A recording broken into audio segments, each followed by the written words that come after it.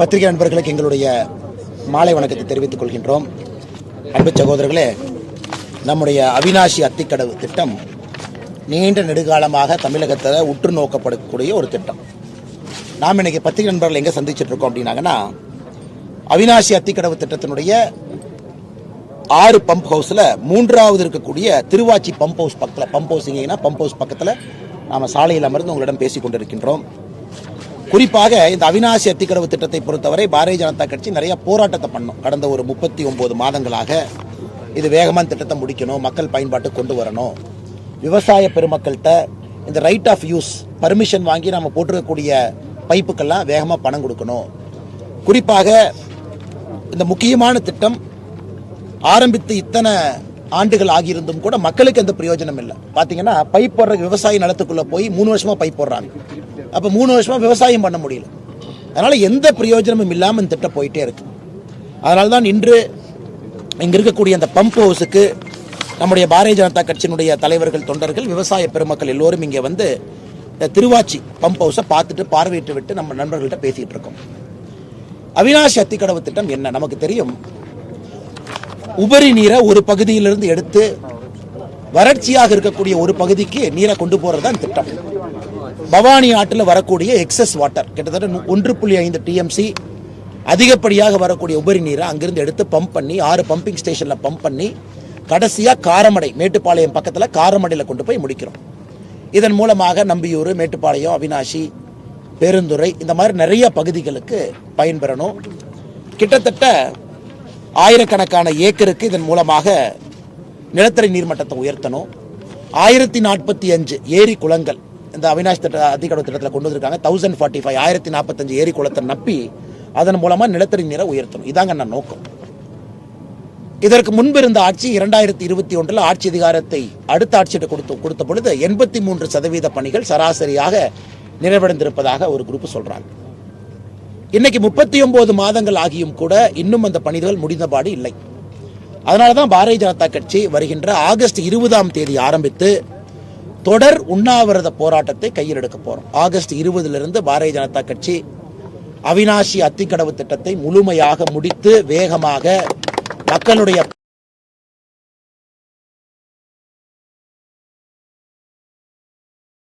எதற்காக ஒரு தொடர் உண்ணாவிரதம், எதற்காக ஒரு தலைவர் வந்து தொடர்ச்சியாக உட்காரணும் நீங்க கேட்டீங்கன்னா, 2022 ஆண்டு தொடக்கத்தில் அதிகாரிகள் என்ன சொன்னாங்கன்னா, பொதுப்பணித்துறை அதிகாரிகள் ஆகஸ்ட் மாதம் முடிச்சிடறோம். அமைச்சர் பழனிவேல் தியாகராஜன் அவர்கள் நிதியமைச்சராக இருக்கும் பொழுது 24 மார்ச் 2022 என்ன சொன்னார்னா 22 ஜூன்ல முடிச்சிடறோம். அமைச்சர் துரைமுருகன் அவர்கள் 7 ஆகஸ்ட் 2022 என்ன சொன்னார்னா 2022 டிசம்பர்ல முடிச்சிருவோம்.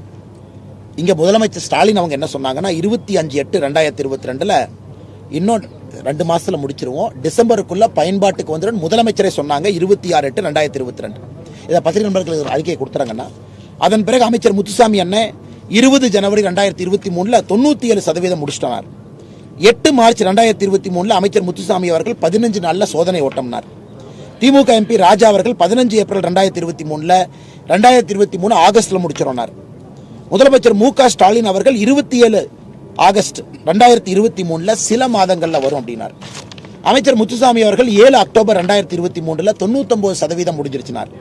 அமைச்சர் துரைமுருகன் அவர்கள் 9 அக்டோபர் 2023 காளிங்கராயர் அணையில் நீர் நிரப்பிய பின்னர் தான் இங்க தண்ணி கொண்டு வருவனார்.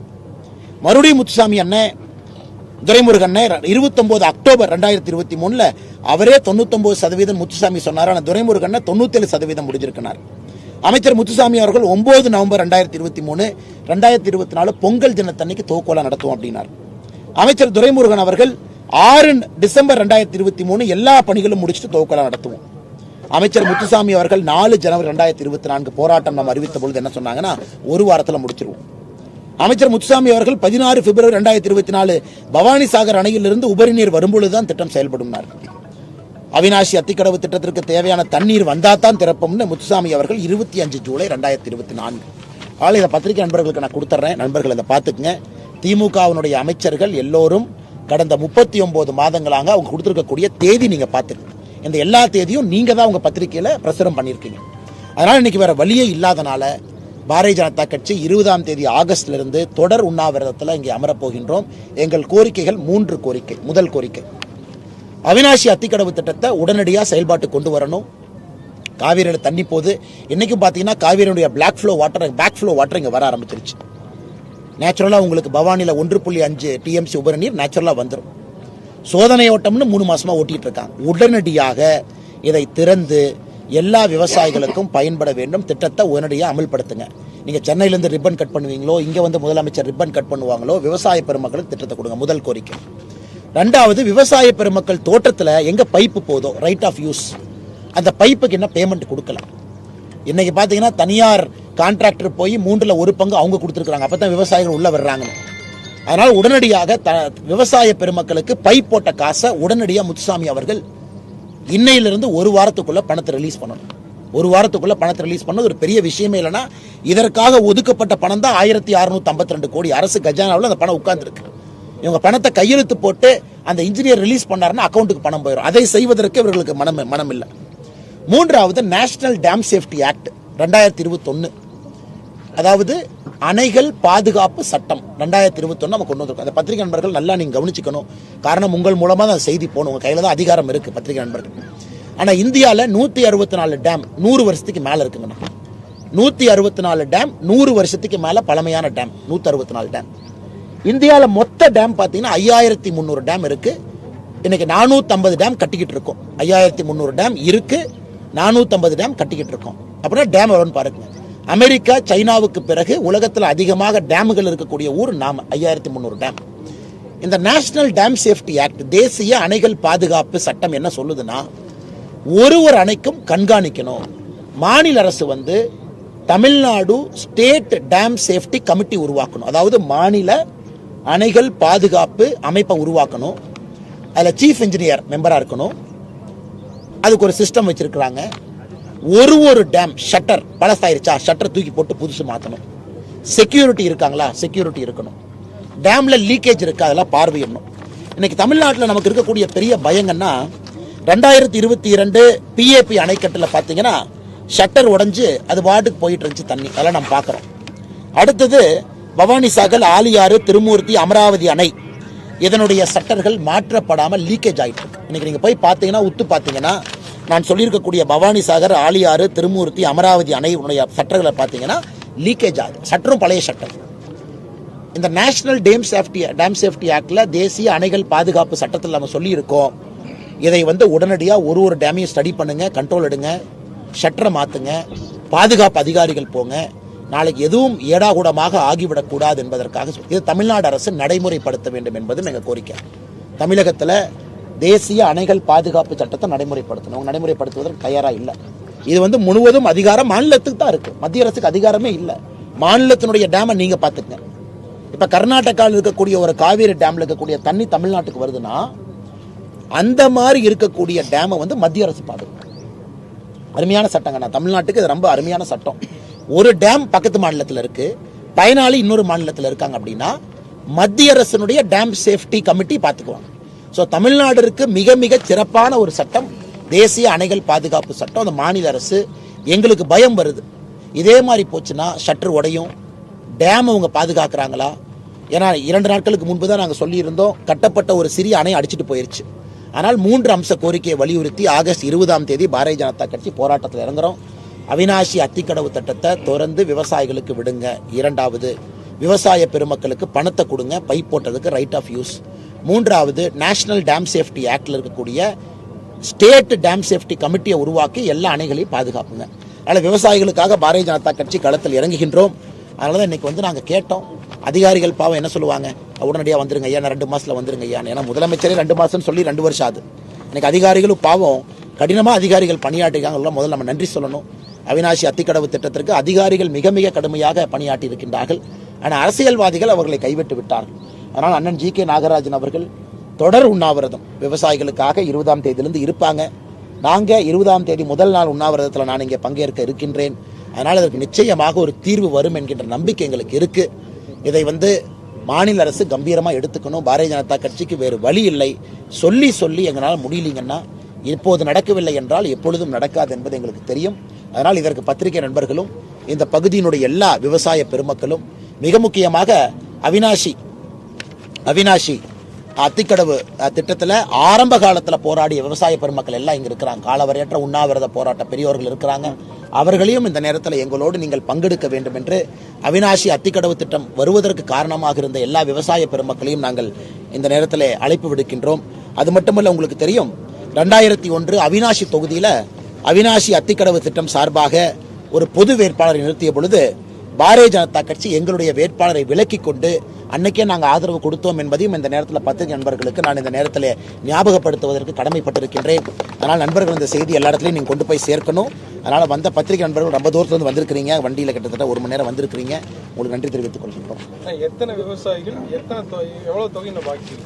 அண்ணா, எங்களுடைய ஆரம்ப கட்ட கணக்குப்படி, ஏன்னா நம்மகிட்ட அஃபீஷியல் டேட்டா இல்லைங்கண்ணா, ஆரம்ப கட்ட எங்களுடைய கணக்குப்படி கிட்டத்தட்ட விவசாய பெருமக்களுக்கு அவர்கள் கொடுக்க வேண்டிய பணம் வந்து குறைவுதாங்க. ஏன்னா திட்டமே 1652 கோடி.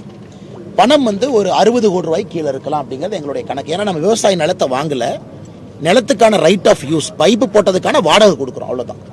விவசாய பெருமக்கள் கிட்டத்தட்ட ஆரம்பத்திலிருந்து கடைசி வரை இவர்களுடைய கணக்குப்படி பணம் கொஞ்சம் கூட கிடைக்காதவங்களே 300க்கும் மேற்பட்ட விவசாயிகள் நமக்கு தெரிஞ்சிருக்கிறாங்க. ஏன்னா மொத்த கணக்கு எங்களுக்கு தெரியாதுங்கன்னா, எங்ககிட்ட வர்ற விவசாயிகளுடைய கணக்கு எங்களுக்கு தெரியும். அதனால் மொத்த கணக்கு அரசு அதிகாரிகள் தான் உங்களுக்கு சொல்லணும். சார், கடந்த கால அதிமுக ஆட்சியில் சரிவர பைப் லைன் போடாதனால இந்த திட்டமே காலதாமதம் ஆயிட்டு இருக்குன்னு சொல்லிட்டு அமைச்சர் ஒரு செய்தியாளர் அண்ணே சொல்லிட்டுங்க அண்ணே, முத்துசாமி என்ன சொல்லட்டும், துரைமுருகன் என்ன சொல்லட்டுனே, அவங்க சொல்ற கருத்து அவங்க கருத்தா இருக்கட்டுங்கண்ணே. அது உண்மை கருத்து பொய் கருத்து நான் போக விரும்பலைங்கண்ணே. 39 மாசம் ஆச்சு, என்ன பண்றீங்க தான் நம்ம கேள்வி. அப்படி இருந்தா முதல்லயே நீங்க சொல்லி இருக்கணுமே. இப்ப நான் வந்து பாருங்க, ரைட் ஆஃப் யூஸ்க்கு 85 கோடி கொடுக்கணுங்கிறது அவங்களோட ரிப்போர்ட் படிக்கணும். ரைட் ஆஃப் யூஸ் அதாவது நான் 60 கோடின்னு சொன்னாங்கன்னா மொத்தமாக அவங்க கொடுக்க வேண்டியது 85 கோடி கொடுக்கணுங்கன்னா ரைட் ஆஃப் யூஸுக்கு 69 கோடி 71 லட்சம் ரூபாய் அவங்க இப்போதைக்கு கணக்கு காட்டியிருக்காங்க. இதை நம்ம இதெல்லாம் எடுத்திருக்கோம், அந்த விவசாயிகளுக்கெல்லாம் கொடுக்கணும்னு. இந்த டேட்டா கூட பார்த்தீங்கன்னாங்கன்னா அப்டேட்டட் டேட்டா தான். ஸோ மொத்தமாக நீங்கள் கேட்ட கணக்கு வந்து 85 கோடி ரூபாய் விவசாயிகளுக்கு கொடுக்கணும். ஸோ எங்களை பொறுத்தவரை 60 கோடி ரூபாய் பெருமானமான விவசாயிகள் எங்கிட்ட இது வரைக்கும் வந்திருக்காங்கண்ணா. ஆனால் நல்லா நீங்கள் புரிஞ்சுக்கணும், ஒரிஜினலாக கொண்டு வந்தது 30 கோடி. காலதாமதம் ஆக ஆக அது ஏறி ஏறி ஏறி இன்னைக்கு அது வந்து 85 கோடியை தொட்டிருக்கு. இப்போ அண்ணன் கேட்ட கேள்விக்கு, அண்ணா என்ன வேணாலும் திமுக அமைச்சர்கள் சொல்லட்டுங்கண்ணா, பட் எது நாங்கள் எழுதி வச்சிருக்கேன் பாருங்கண்ணா. 2 மாசத்துல பண்ணிடுவோம், 1 மாசத்துல பண்ணிடுவோம், 99% முடிஞ்சது.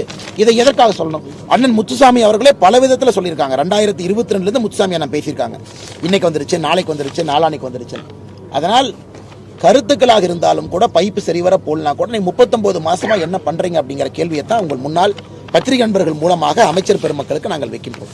கடந்த வாரம் பிரஸ் மீட் அப்போ கூட அமைச்சர் என்ன சொன்னாங்கன்னா, இப்போ எக்ஸிட் வாட்டர் வந்துச்சுன்னா நாங்கள் அதை ரெடி பண்ணிடுவோம், அதிகாரிகளும் எல்லாத்தையும் தயார் நிலையில் வச்சிருக்கிறோம் அப்படின்னு ஒரு தகவல் கூட சொன்னாங்க. அண்ணா, இன்னைக்கு எக்ஸஸ் வாட்டர் வர மோட்டர்ல வந்து மோட்டர் 2 மோட்டர் ஓடுது இல்லையா? 2 மோட்டர் ஓடுதா? 3 ஓடுது. இன்னைக்கு 3 மோட்டர் ஓடுதுங்கண்ணா. சோதனை ஓட்டத்துக்காக வச்சிருக்கிறாங்க. எத்தனை நாளைக்குன்னா அந்த டிராமா பண்ணுவீங்கன்னு தான் நம்ம கேட்குறோம். மழை பெய்ய ஆரம்பிச்சிருச்சு, மழை நிறையா பெய்யுது, தண்ணி வருது, எக்ஸஸ் வாட்டர் ஃப்ளோ ஆரம்பிச்சிருச்சு, எல்லா பக்கம் போகுது, இதை பார்க்குறோம். இப்போ நீங்கள் கொண்டு வரணும்ல, இன்னும் விவசாய பெருமகளுக்கு பணம் கொடுக்கல, இன்னும் 1% வேலை முடிக்கல, இன்னும் லிங்கேஜ் ப்ராப்ளம், வாட்டர் சீப்பேஜ். இப்போ அதெல்லாம் தாண்டி 1045 குளம் இருக்குல்லண்ணா, அதோடைய பவுண்டரி வாலை செக் பண்ணிருக்கீங்களா? அடுத்த கேள்வி. நீங்கள் நேஷனல் டேம் சேஃப்டி ஆக்டே ஃபாலோ பண்ணாத ஆட்கள் அவங்க. இன்னைக்கு 1045 குளத்தினுடைய மதில் சுவரை போய் கண்காணிச்சிட்டீங்களா? நம்ம திறந்து விட்டனே தண்ணி அங்கே போய் நிற்கும், அது ரொம்ப ஸ்டேபிளாக இருக்குன்னு பார்த்துட்டாங்களா? உதாரணத்தை கேட்குறாங்க, டெஸ்ட்டில் அவங்க விட்டுருப்பாங்க, முழு தண்ணி விட்டு பார்த்துட்டு, ஏன்னா 1.5 TMC போகணும் முழுமையாக. அதனால் எந்த வேலையும் செய்யாமல் இப்போ மழை காலமும் போயிடும். இன்னொரு 3 மாதம் மழை காலம் போனால் வறட்சி பகுதி வந்துடும், மறுபடியும் அடுத்த வருஷம் வெயிட் பண்ணும். அதனால்தான் அவர்களுக்கு அவசரத்தை காட்ட, இதற்கு மேல் விவசாய பெருமக்களோ பாரதிய ஜனதா கட்சியோ நாங்கள் பொறுத்து கொள்ள போவதில்லை என்பதை உணர்த்துவதற்காக 20ஆம் தேதியிலிருந்து உண்ணாவிரதத்தை ஆரம்பிக்கிறோம். ஆமாங்க ஐயா, சோதனை ஓட்டன்னு ஒரு நாள் ஓட்டிட்டு அதை எடுத்துட்டு போயிட்டாங்க. இப்ப 2வது வராங்கண்ணா. இப்ப அவிநாசி அத்திக்கடவு ஃபேஸ் 2, அவிநாசி அத்திக்கடவு ஃபேஸ் 2 இப்ப 1045 இணைச்சிருக்கிறாங்க. இப்ப 2வது நம்முடைய விவசாய பெருமக்கள் சொல்லியிருப்பது 1300 சில்லற, 1400 வச்சுக்கலாங்கண்ணா. 1400க்கு கொஞ்சம் குறைவு, 1400 குளங்களை மறுபடியும் இணைச்சாத்தான் இந்த திட்டத்திற்கு முழு வலிமை கிடைக்கும். அதுவும் நியாயமான கோரிக்கை, அதையும் நாங்கள் வலியுறுத்தி தான் இருக்க போறோங்கண்ணா. இந்த மிச்சம் இருக்கக்கூடிய ஃபேஸ் 2 அது ஜஸ்ட் இணைக்கிறதாங்கண்ணா. அதுக்கு அறிவிப்பு கொடுக்கட்டும், முதல்ல தண்ணி வரட்டுங்கண்ணா. அதற்கான அறிவிப்பு கூப்பிட்டு 1300 மிச்சம் நாங்கள் இணைக்க போகிறோம்ப்பா, இதற்கான பைப்லைன் போட போகிறோம், இந்த வேலை செய்ய போகிறோம் அப்படின்னு அதுக்கு அவங்க அறிவிப்பு கொடுக்கணும். அதனால் எனக்கு ஒரு பெரிய சந்தேகம் என்னென்னா, கொங்கு பகுதியை திட்டமிட்டே புறக்கணிக்க வேண்டும் என்று திமுக நினைக்குதா அப்படிங்கிறத நமக்கு சந்தேகம் வருது. ஏன்னா இதில் அவங்க பண்ணியிருக்க ஸ்டேட்மெண்ட்லாம் பார்க்கும் பொழுது முத்துசாமி அண்ணன் மேலே எல்லாருக்குமே நம்ம கௌரவம் இருக்குண்ணே. அவர் வந்து டாஸ்மார்க் துறைக்கு போனதுக்கு அப்புறம் தான் கொஞ்சம் நம்மளாம் அவர் அதிகமாக முத்துசாமி அண்ணனை பற்றி பேச ஆரம்பிச்சிருக்கோம். மாற்று கட்சியாக இருந்தாலும் முத்துசாமி அண்ணன் மேலே நாங்கள்லாம் கௌரவம் வச்சிருக்கோம். ஆனால் அவரே வந்து 2 வருஷமா 99, 98, 97ன்னு இந்த பர்சன்டேஜ் வர்ற மாதிரி விளையாண்டுருக்கிறாங்க. என்னங்கண்ணா? அதனால் முத்துசாமி என்ன விளக்கம் கொடுக்கட்டும். இப்போ முத்துசாமி என்ன கேரக்டர் என்னன்னாங்கண்ணே, நாங்கள் பண்ணோன்னே அடுத்த நாள் மறுபடியும் விவசாயிகளை போய் பார்ப்பாரு. போன டைம் இதே மாதிரி தான் நடந்துச்சு. அதில் நீங்கள் போராட்டம் பண்ணாதீங்க, நான் ஒரு வாரத்தில் பண்ணிடுறேன். கடந்த முறை முத்துசாமி என்ன ரெக்வஸ்ட் பண்ணாங்க, நாங்கள் இதை வேகமாக செய்து முடிக்கின்றோம், அதற்காகத்தான் கடந்த முறை நாங்கள் போராட்டம் பண்ணல. அதனால் இந்த முறை முத்துசாமி அண்ணன் அவர்கள் உங்கள்கிட்ட வந்து சொல்லணும், அவருடைய பகுதி இருக்கக்கூடிய பகுதி. அதனால் ஒப்புச்சப்பு காரணம் சொல்லாம அதை செய்யணும். ஆகஸ்ட் 20ஆம் தேதி நாங்கள் உண்ணாவிரதம் இருப்பதற்கு வாய்ப்பு கொடுக்க மாட்டாங்கன்னு நாங்கள் நினைக்கிறோம்.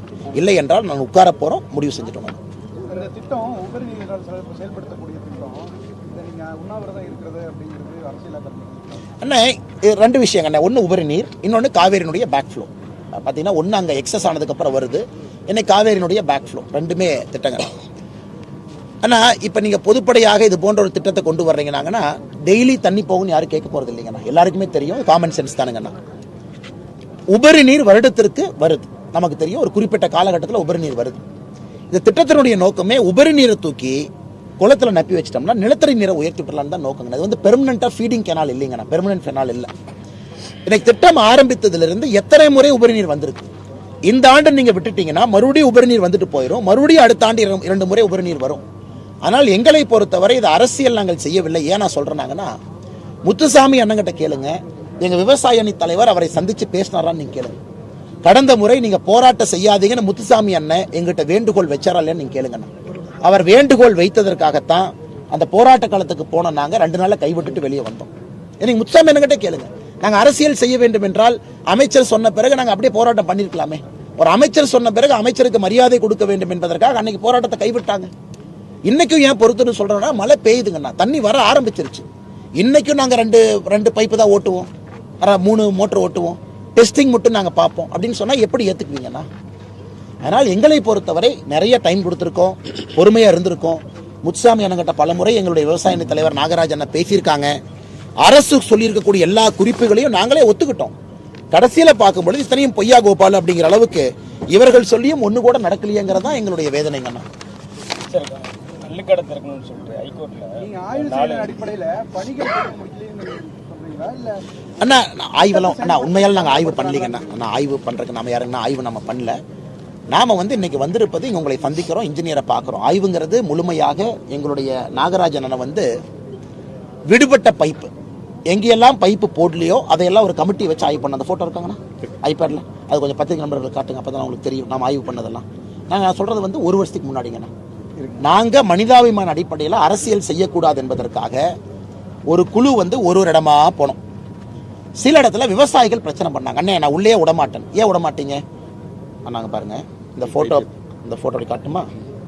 ஆனா இது வந்து நாங்க 1 வருடத்துக்கு முன்பு செஞ்ச ஆய்வுங்கண்ணா. நீங்க எப்படி கவர் பண்ணுவீங்கன்னு தெரியல, உங்களுக்கு கொடுத்துட்றேன் பாத்துக்குங்க. இது வந்து முக்கியமா நாங்க போனது வந்து விவசாய பெருமக்கள் ஏன் விடல, அந்த போட்டோலாம் உங்களுக்கு கொடுத்துருக்கேன். மொத்தம் பணமும் தெரியல. சரி, அதை பேசிக்கணும். அப்ப ஒரு 10-15 விவசாயிகள்கிட்ட பஞ்சாயத்தை நாங்க பண்ணோம். உதாரணத்துக்கு பாரதிய ஜனதா கட்சி சார்ந்த விவசாயிகளா இருக்கலாம், பொதுப்படையாக இருக்கக்கூடிய விவசாயிகள்கிட்ட நாங்க ரெக்வஸ்ட் பண்ணோம். உண்மையே சொல்லணும்னா இந்த 1/3 பணமும் யாருன்னா கொடுத்துருக்காங்க. நம்ம சொன்ன அப்புறம் பத்திரிகை நண்பர்கள் கோச்சுக்குவாங்க. விவசாய பெருமக்களுக்கு மொத்த பணம் கொடுக்கணும்ல, 3/1 பங்கு யார் கொடுத்துருக்காங்க? கான்ட்ராக்டர் கொடுத்துருக்காங்க. அரசு கொடுத்தாங்கன்னு கான்ட்ராக்டர் போய் கொடுத்து வந்துருக்காங்க. நம்ம எதுக்குன்னு தனியார் கம்பெனி பேர் எதுக்குன்னு சொல்லணும்? அது பாவம் பத்திரிகை நண்பர்கள். அண்ணா இன்னைக்கு விவசாய பெருமக்கள் சொல்லுவாங்க 3/1 பங்கு பணம் வந்திருக்குன்னு விவசாய பெருமக்கள் சொல்லுவாங்க. அவங்களுக்கு தெரியும் அது அரசு கொடுக்கல. கான்ட்ராக்டர் போய் வேலை முடிஞ்சா நல்லதுப்பான்னு சொல்லிட்டு நான் அவங்களுக்கு காஸ்ட் ஓவர்றேன். அவங்க அந்த 1 பங்கை கொடுத்துட்டு பர்மிஷன் வாங்கி உள்ள போயிருக்கலாம். அரசு 1 ரூபா கூட ரிலீஸ் பண்ணலீங்கண்ணா. அரசு ரிலீஸ் பண்ணும்போது கான்ட்ராக்டர் 1/3 வரும். இதை எங்களுடைய தலைவர், எங்களுடைய குழு நாங்க 1 வருஷத்துக்கு முன்னாடியே செஞ்சோம். அதனால எப்பொழுதும் கூட அரசியல் செய்யக்கூடாது, பாரதிய ஜனதா கட்சியால் நல்லதுதான் நடக்கணும் இருக்கிறோம். கடைசியில வேற வழி இல்லாதனால இந்த முடிவை எடுக்க வேண்டிய நிர்பந்தத்துக்கு நாங்க தள்ளப்பட்டிருக்கோம். அண்ணா அறிவிக்கிறோம் நான் உங்களுக்கு. ஏன்னா நம்ம வந்து நாளை மறுநாள்ல இருந்து எல்லா தலைவர்களை சந்திக்க போறோம். விவசாய சங்கத்தினுடைய ஆதரவை கோர போறோம். இது பாரதிய ஜனதா கட்சி இனிஷியேட் பண்ணா கூட எங்களுக்கு அவினாஷி அத்திக்கடவு திட்டத்தினுடைய முன்னோடிகள் வர வேண்டும் என்று விரும்புகின்றோம். அவர்களை மையப்படுத்தி தான் அது இருக்கணும்னு விரும்புகிறோம். கட்சி சார்பாக தொடர் உண்ணாவிரதம் அண்ணா இருப்பார். மிச்ச தலைவர்களையும் கூப்பிட போகிறோம், கூட்டணி கட்சி தலைவர்களையும் கூப்பிட போகிறோம். 20ஆம் தேதி உறுதியாக நடக்க ஆரம்பிக்கும். 2 நாட்கள் இடத்தை உங்களுக்கு சொல்கிறோம்.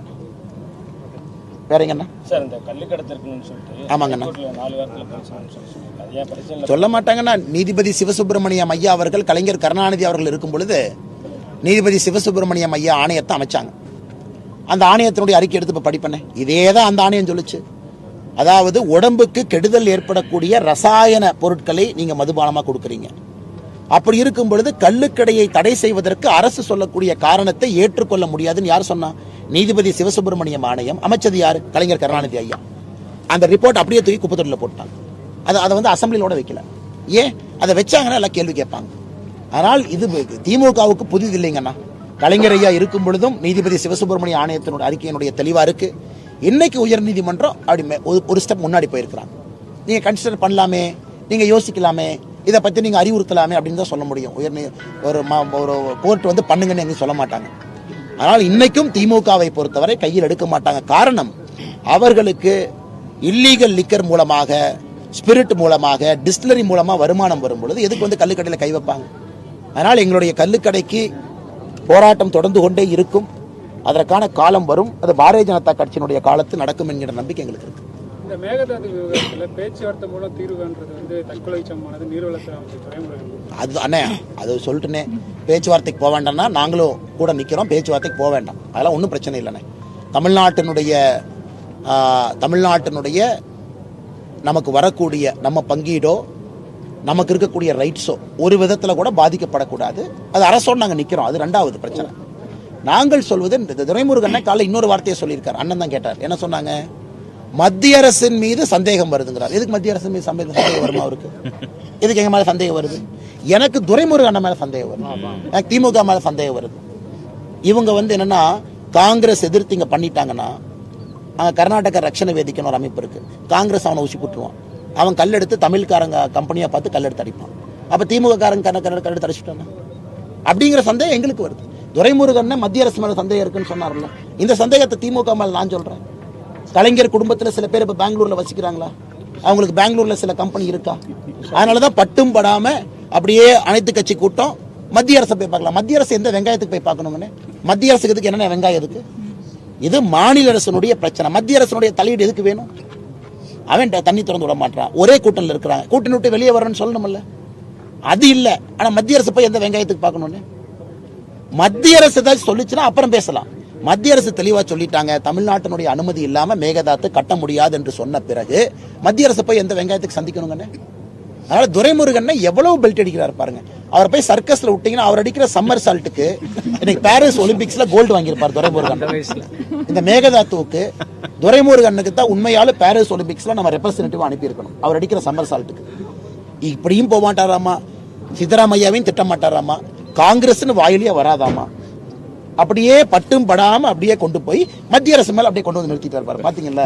எனக்கு என்ன சொல்றேன்னா, மத்திய அரசின் மீது சந்தேகம். அதே நாங்கள் உண்ணாவிரத போராட்டம் யாரை எதிர்த்து உட்கார்ந்தாங்கன்னா, கர்நாடகாவுடைய பிஜேபி எதிர்த்து உண்ணாவிரத போராட்டம் உட்கார்ந்தாங்க. தேசிய கட்சியில கர்நாடகாவுடைய பிஜேபி அரசை எதிர்த்து 2021 கர்நாடகாவில் உண்ணாவிரத போராட்டம் உட்கார்ந்தோம். நாங்க பயந்தமா தேசிய கட்சின்னு, டெல்லியில் எங்களை தப்பா நினைச்சுக்குவாங்க, இன்னொரு நம்ம தோழமை கட்சி எப்படி நான் உட்கார்ந்தோம். தமிழ்நாட்டுடைய காங்கிரஸ் கட்சி ஏன் உட்கார்ல?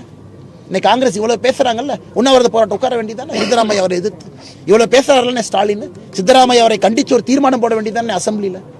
எதுவும் போட மாட்டாங்க. துரைமுருகன் பல்ட்டி அடிச்சு அடிச்சு அடிச்சு அடிச்சு மத்திய அரசு மேல பழிய போடுறதுக்கு ஐடியா பண்றாரு. பத்திரிகை நண்பர்களுக்கு தெரியும், தெரியாதவங்க யாரும் இங்க இல்லைங்கன்னா.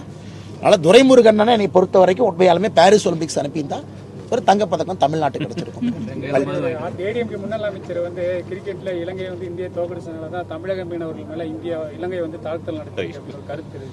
தமிழ்நாட்டினுடைய அரசியல் இவ்வளவு மோசமா போயிருச்சுன்னு நினைச்சு நான் வெக்கப்படுறேங்கண்ணா. இவ்வளவு மோசமா போயிருச்சு. எப்படிப்பட்ட தமிழ்நாடு, எப்படிப்பட்ட படித்த ஒரு மாநிலம், எப்படிப்பட்ட முன்னோர்கள் வாழ்ந்த ஒரு மாநிலம், ஆன்றோர்கள் சான்றோர்கள் வாழ்ந்த அந்த மாநிலத்தில் எப்படிப்பட்ட ட்ரிவியலான கமெண்ட் எல்லாம் சொல்றாங்க பாருங்க. ஆனா நீங்க நல்லா புரிஞ்சுக்கணும், இலங்கையில் நவம்பர்ல எலெக்ஷன் வருது. நான் ஒரு மாதத்திற்கு முன்பு இலங்கைக்கு சென்றிருந்தேன். என் பக்கத்தில் இலங்கையினுடைய அதிபர் இருந்தார், ரணில் விக்ரமசிங்கே அவர்கள். 2 பேரும் 45 நிமிஷம் ஒரு நிகழ்வில் ஒன்றா இருந்தோம், திருகோணமலையில். ஐயா சம்பந்தன் அவர்களுடைய இறப்பு விழாவுக்காக போயிருந்தேன். அப்போ நான் ரணில் ஐயாட்ட மன்றாடி கேட்டேன், ஐயா, ஒன்று நம்ம மீனவர்கள் மேலே கொஞ்சம் கடுமையாக நடந்துக்கிறாங்க. ஏன்னா நான் வந்து டிப்ளமேட் இல்லைங்கன்னா நான் அரசு சார்பாலாம் பேச முடியாது, நான் அரசியல் கட்சி தலைவர். கொஞ்சம் நீங்கள் கண்காணிக்கணும்.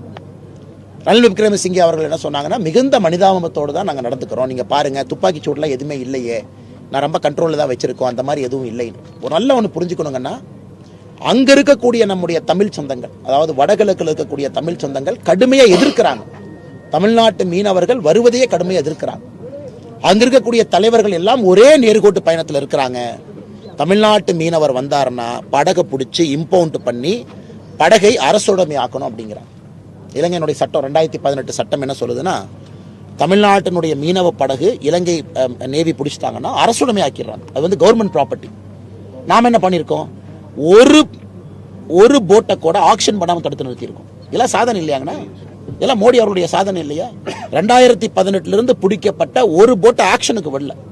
ஏன்னா அவங்க ஆக்ஷன் பண்ணிட்டாங்கன்னா இன்னொருத்தர் அந்த போட்டை விலைக்கு வாங்கிட்டு போயிடலாம், அரசுடைமை. அதனால அந்த சட்டத்தின்படி நம்முடைய மீனவ சொந்தங்களுடைய படகு அரசுடைமை ஆகியும் கூட நாம ஆக்ஷன் பண்ண விடல, அப்ஜெக்ட் பண்ணிட்டு இருக்கோம். ஆக்ஷன் பண்ணாதீங்க, அந்த படகை திரும்ப கொடுங்க. இது மோடி ஐயா பண்ணியிருக்காங்க. இரண்டாவது, இலங்கையில் செப்டம்பர் அக்டோபரில் எலெக்ஷன் வருதுங்கண்ணா. அரசியல்வாதிகள் கடுமையாக தான் இருப்பாங்க, அது ஒன்றும் பண்ண முடியாதுங்கண்ணா. எலெக்ஷன் வர்ற வரைக்கும் செப்டம்பர் அக்டோபர் 1னா 10 10னா 100 எலெக்ஷன் டைமில் அரசியல்வாதி எப்படி பேசுவான்னு உங்களுக்கு தெரியும். அதையெல்லாம் தாண்டி இலங்கையை பொறுத்தவரை நடுநிலைமையோடு இருக்க வேண்டும் விரும்புகிறாங்க. ஆனால் சில இடத்துல அந்த இலங்கையினுடைய நேவி செய்திருப்பது அட்டூழியம், அதை மேற்றுக்கவே முடியாது. ஜெய்சங்கர் ஐயாவை நேற்று முன்தினம் டெல்லியில் நான் சந்தித்தேன். நேற்று முன்தினம் சாயந்தரம் சந்தித்தேன். நேற்று இஷ்யூ ஆனதுக்கப்புறம் ஜெய்சங்கர் ஐயா தொலைபேசியில் பேசினாங்க. அது என்னோட முகநூல் பதிவில் போட்டு எதுக்காக நான் கிளாரிஃபை பண்ணுறாங்கன்னா, நண்பர்களுக்கு சில உண்மை தெரிய வேண்டும் என்று.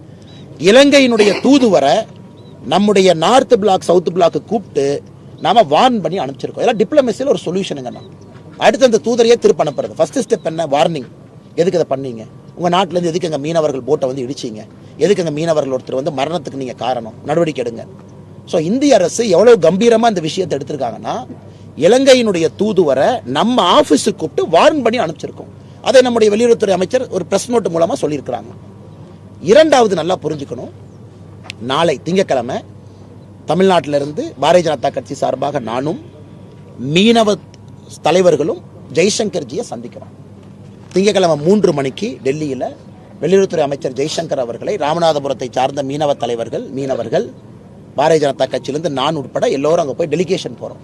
கடுமையாக பேச போகிறோம். இதை ஏற்றுக்கொள்ள முடியாது. போட்டை பிடிச்சி வச்சிருக்காங்க, போட்டை ரிலீஸ் பண்ண சொல்லுங்க. ஹிஸ்ட்ரி உங்களுக்கு தெரியும், கச்சத்தீவு யார் கொடுத்தா அதுக்குள்ள நான் போக விரும்பலைங்கண்ணா. நமக்கு தீர்வு வேண்டும். அதனால எல்லாத்தையும் கூட்டிட்டு பாரதிய ஜனதா கட்சி நாங்கள் எடுத்துட்டு போறோம். இதை விட என்ன செய்யணும்னு நீங்க சொல்லுங்கண்ணா. என்ன செய்ய முடியுமோ ஒரு ஆட்சி அதிகாரத்துக்கு உட்பட்டு எல்லாம் செய்யறோம். இலங்கை தூதரை கூப்பிட்டு, கடைசி இலங்கை தூதரை எப்போ கூப்பிட்டு வான் பண்ணுங்கண்ணா? நாம் ஆட்சிக்கு வந்த பிறகு முதல் முறையாக கூப்பிட்டு வான் பண்ணியிருக்கோம். இந்த நம்ம 10 வருஷத்துல இலங்கை தூதர் நம்ம கூப்பிட்டதே இல்லையே.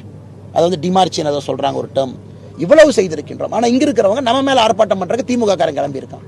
நாங்கள் இந்த பிரச்சனையை தீர்க்க வேண்டும் என்று களத்தில் நிற்கின்றோம். ரணில் விக்ரமசிங்கே அவர்களும் அவர் வந்ததுக்கு அப்புறம் இந்த டேர்மை கொஞ்சம் பாருங்க, அல்லது மோடிஜி வந்ததுக்கு அப்புறம் பாருங்க. 2014 பின்னாடி பாருங்க, ஷூட்டிங்கே இல்லையாண்ணா. இன்னைக்கு இலங்கை நேவி அநியாயம் பண்ற, ஆக்ஷன் எடுக்கணும், அதற்கான எல்லா நடவடிக்கை எடுக்கிறோம். தூதரை கூப்பிட்டு நம்ம சத்தம் போட்டிருக்கோம். தூதர் நடவடிக்கை எடுக்க சொல்லி பரிந்துரை செய்திருக்கின்றோம். அவங்க கவர்மெண்ட்டுக்கு சொல்லுவாங்க. நம்ம அம்பாசிடர் இலங்கையில வேலையை செஞ்சிருக்காங்க. மிக துரிதமா அந்த இறந்து போன மீனவ சகோதரருடைய உடலை மிக துரிதமா இன்னைக்கு காலையில் 4 மணி கொண்டு வந்து சேர்த்திட்டோம் ராமேஸ்வரத்துக்கு. காலை 4 o'clock இந்தியன் கோஸ்ட் கார்டு பார்டர்ல வாங்கி நாமளே கொண்டு வந்து ராமேஸ்வரத்தில் அந்த துக்ககரமான அந்த நண்பருடைய கொண்டு வந்து சேர்த்திருக்கிறோம். எல்லாம் இவ்வளவு துரிதமாக செய்யறோம். முதலமைச்சர் என்ன பண்ணும், இந்த சொல்யூஷன்ல நாமளும் பங்கெடுக்க வேண்டும் நினைக்கிறத விட்டுட்டு அரசியல் பண்ணிட்டு இருக்காருன்னு. அதனால்தான் திங்கட்கிழமை 3 மணிக்கு தமிழ்நாட்டிலிருந்து ஒரு டெலிகேஷன் மத்திய அமைச்சர், வெளியுறவுத்துறை அமைச்சர் திரு ஜெய்சங்கர் அவர்களை சந்திக்க செல்லுகின்றோம். நம்முடைய கோபத்தை வெளிப்படுத்தி விட்டு வரப்போகின்றோம். எந்த மாற்று கருத்தில் நம்ம கோபத்தை வெளிப்படுத்திட்டு வர்றோம். அமைச்சர் அவங்க அபிஷியல் சேனல்ல எடுத்துட்டு போவாங்க. நன்றி அண்ணா.